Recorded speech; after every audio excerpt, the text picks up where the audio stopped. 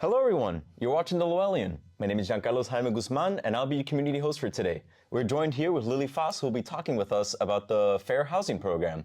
Thank you so much for taking your time to be with us today. Absolutely, thank you so much for having me. Would you mind introducing yourself and telling us a bit about your work? Absolutely. So my name is Lily Foss. I'm one of two fair housing advocates in the Community Teamwork Fair Housing Program. So my area is anything that has to do with outreach in the community. I do some trainings, I develop our outreach materials, I do our newsletter, I do our social media, I attend a lot of meetings, and apparently I'm interviewed on the Lowellian too. So if it involves raising awareness of the Fair Housing Program or of fair housing in general, that is me. I understand that this program receives funding from the Department of Housing and Urban Development. Could you tell us a bit about HUD? Yeah, absolutely. So HUD is a branch of the federal government. They administer subsidies, things like Section 8 vouchers. They provide the funding for that. Some block grants that go to communities as well as to programs. And our aspect is the Civil Rights Division. So they're the ones who enforce fair housing laws and issue guidance on how to properly follow fair housing laws. And where does this program fit in CTI overall? Absolutely. So a lot of people are familiar with Community Teamwork in Lowell. We're a community action agency that's been around for 60 years. Wow.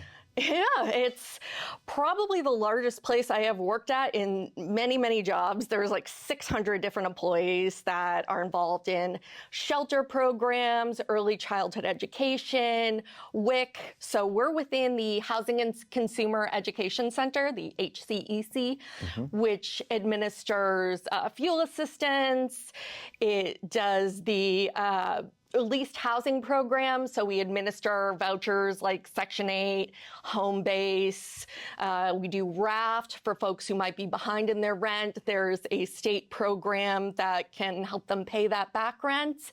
And the Fair Housing Program is actually very new. We've only been around for 3 years. Wow. Yeah, but it's they noticed that there was kind of a vacancy. It was easy to say, oh, there's no housing discrimination in our area, because there was no one tracking the housing discrimination. Yeah. So when they realized that that was a deficit, they started up the program. So it was just our director for a little while, and then they brought me on a year later, and then we have another fair housing advocate who does more of the client-facing stuff, and she started in April. Ah, okay. Yeah. Sounds like a very helpful program overall. I would like to think so. Yeah. For the folks at home, would you mind telling us where CTI is and like what hours it's at? So that way, if anybody needs the resources that you guys provide, they could go and visit? Yeah, absolutely. So the great thing about the HCEC and then just CTI in general is that they have walk-in hours. So you can go to the address at 17 Kirk Street. It's generally open between 8 and 4. You can make an appointment, but you can also just walk in, say, here's my issue. Can you help? And they'll be able to direct you to somebody who can. And since it has so many different programs, like seriously, there's a pamphlet with so many. Usually there's a department who can help you. Yeah. And if there, for whatever reason, isn't, they know what's in the community that they can help. All right, well, thanks. Absolutely. Could you tell us what exactly is fair housing? So fair housing is housing without discrimination. So that discrimination can be something obvious, like I don't rent to women, but it can also manifest in ways that are kind of more subtle. Something that we call steering, which would be like, you're a woman, I don't think you would be comfortable in this building because all your neighbors would be men. Let's show you a different building. Yeah. It could be something like, I only rent to people who speak English, which can be discriminatory to folks who are from another country, or someone who has a disability and maybe doesn't use verbal English communication. So it doesn't have to be that obvious. Yeah. But I think a lot of times fair housing gets confused with affordable housing, and affordable housing is definitely a tool to get fair housing, just because we know there are income discrepancies with folks who are from what we call a protected class. But fair housing involves more being able to choose where you want to live and being able to live without the threat of someone treating you unequally because of a demographic you belong to. Yeah, that's really unfortunate. It is. Yeah. We're working on it. Yeah, but it's a good thing that you guys are working on it. Could you tell us who's protected through fair housing? Absolutely. So when we say protected class, that doesn't just mean folks who have traditionally been marginalized. Yeah. Everyone actually belongs to a protected class. So we have gender, gender identity, gender expression, sexual orientation, race, national origin, disability.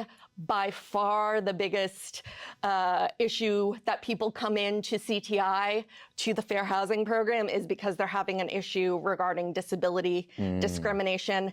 There's also source of income discrimination, which is a Massachusetts only protection. So if you get a voucher from, a subsidy from the government, be it state, municipal, federal, your housing provider can't say, no, I won't take this Section 8, I won't take your Social Security as rent. Yeah. Family status is also one that I think even very well-intentioned housing providers don't really realize. So that's that you can't refuse to rent to families that have kids under 18. Oh. Where that comes in to play a lot is with lead loss. So if the building is old enough that it could have lead paint, sometimes landlords think, I can't rent to families with kids because that could be dangerous. Yeah. But the law says it's actually the responsibility of the housing provider to get rid of the lead paint. They can't refuse to rent to a family with kids just because of the lead. Our director calls it a cost of doing business. Yeah. Yeah. Yep. Like the landlord sees it as an inconvenience that they don't want to take on. Exactly. An inconvenience, or that they're just doing the best for the family, but it's a protected class. Yeah. So when I do trainings, I get a lot of questions about that. All right. Could you touch a bit on reasonable accommodations? That goes into disability discrimination, which, like I said, is a lot of what we see folks come into the Fair Housing Program with. So folks who have a disability are entitled to enjoy their housing in the same way as someone who's able-bodied would. Yeah. So a disability, actually, people think of it pretty narrowly when they're just thinking about it. They think, maybe someone who uses a wheelchair or someone who uses another mobility aid, but it's actually much broader than that. It's anything that impairs a major life function. So that can be thinking, sleeping, breathing, movement, hearing.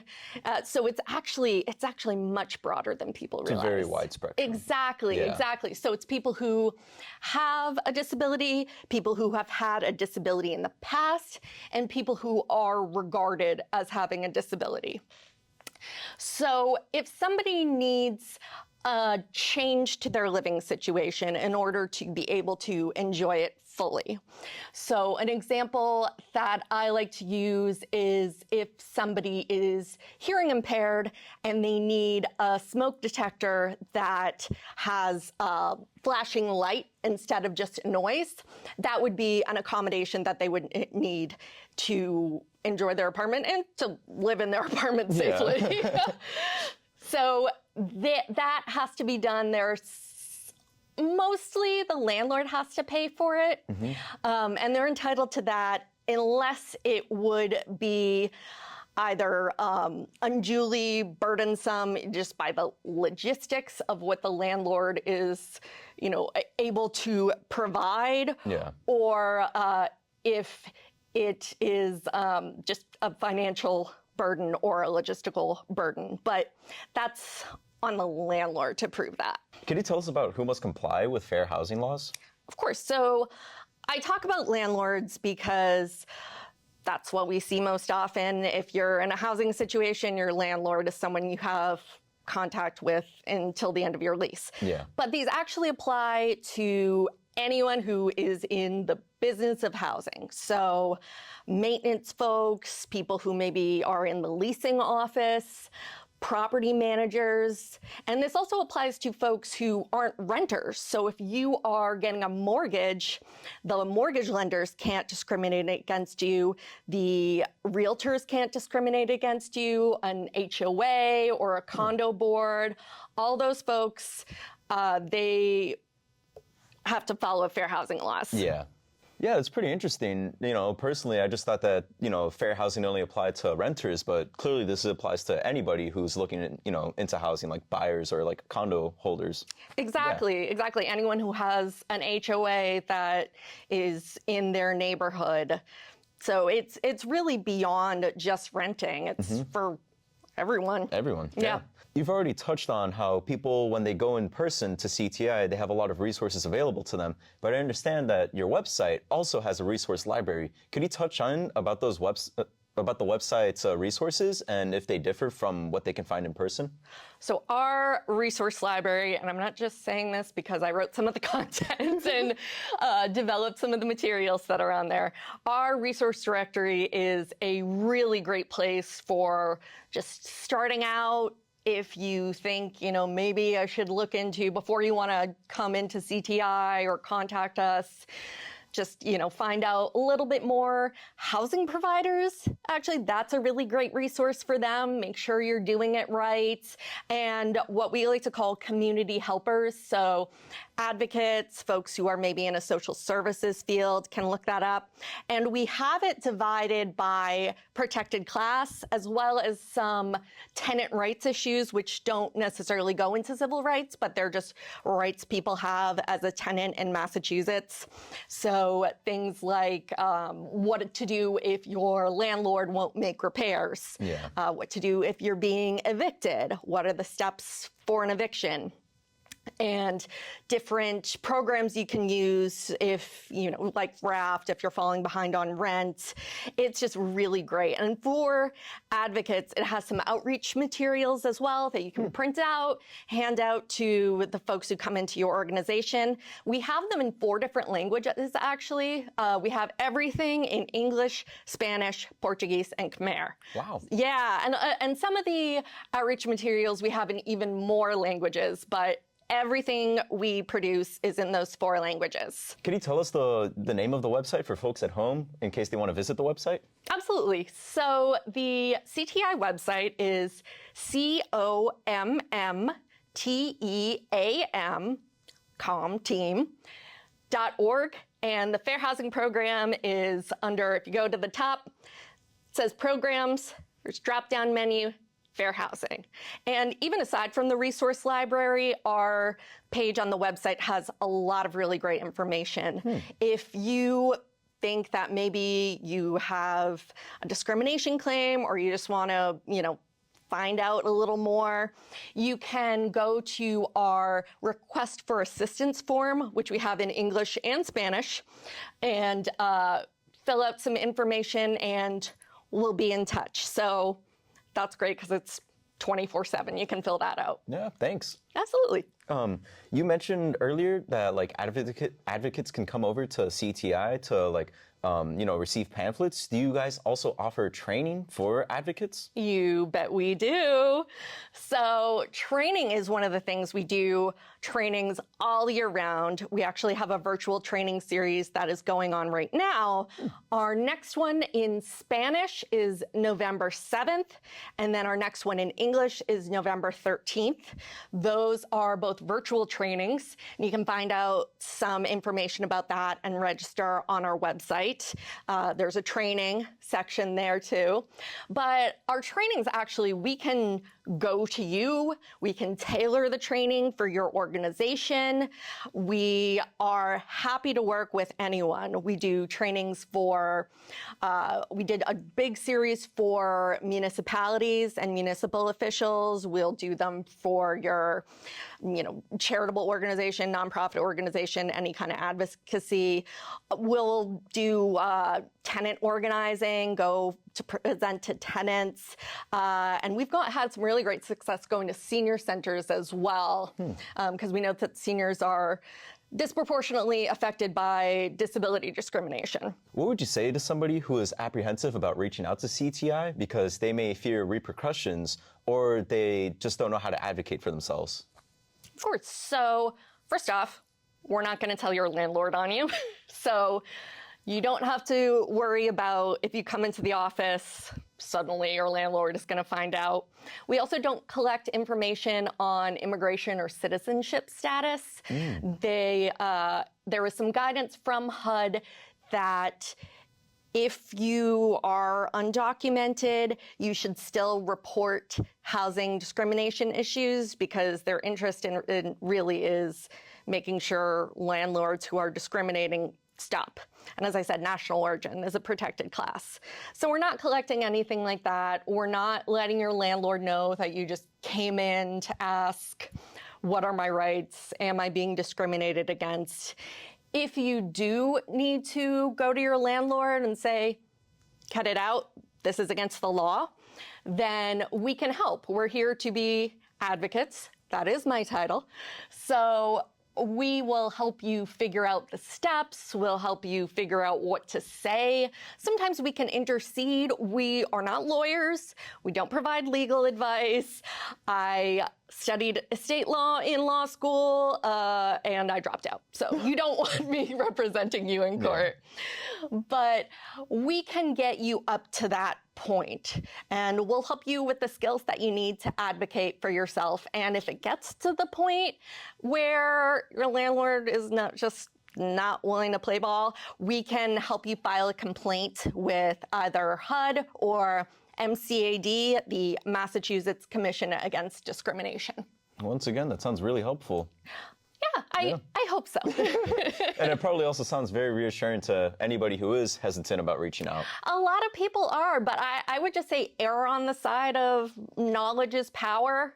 We're here to help. You're never inconveniencing us. I mean, this is our job. Yeah. So we really love being able to make a difference in our communities. So just, let us help you. Yeah.